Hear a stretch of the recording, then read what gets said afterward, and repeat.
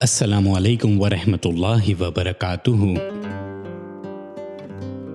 سلطان محمود غزنوی کے بیشتر درباری اس بات پر حیران ہوتے تھے کہ وہ اپنے غلام احمد ایاز پر فریفتہ ہے، اور ان درباریوں کو احمد ایاز میں کوئی خوبی نظر نہ آتی تھی جو اسے دوسروں سے ممتاز کرتی اور سلطان محمود غزنوی کو اس کی جانب متوجہ کرتی۔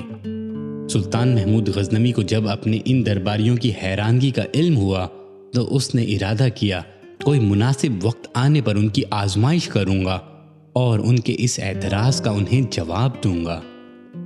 کچھ دنوں بعد ایک ایسا موقع آن پہنچا اور ایک سفر کے دوران قیمتی ساز و سامان سے لدا ہوا ایک اونٹ پاؤں پھسلنے کی وجہ سے گر پڑا اور اس پر موجود سامان بکھر گیا۔ سلطان محمود غزنوی نے اپنے درباریوں کو حکم دیا کہ وہ تمام سامان اکٹھا کریں اور جو چیز جس درباری کے ہاتھ لگ گئی وہ اس کی ہوگی۔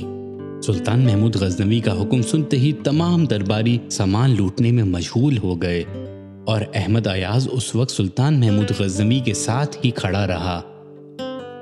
سلطان محمود غزنوی نے احمد ایاز سے کہا کہ تمہارے ہاتھ کیا لگا؟ احمد ایاز کہنے لگا کہ میں آپ کے ہمراہ تھا۔ سلطان محمود غزنوی نے اپنے ان حاسد درباریوں کو مخاطب کر کے کہا کہ احمد ایاز کی یہی خوبی ہے جو اسے تم سب سے ممتاز کرتی ہے۔ حضرت شیخ سعدی رحمۃ اللہ علیہ اس حکایت میں احمد ایاز کا قصہ بیان کرتے ہیں جو سلطان محمود غزنوی کا مشیر تھا۔ احمد ایاز ایک سچا اور کھرا انسان تھا۔ اس کا رشتہ سلطان محمود غزنوی سے کسی غرض کے بغیر خلوص پر مبنی تھا، اور دنیاوی ساز و سامان کی اس کی نظر میں کچھ وقت نہ تھی۔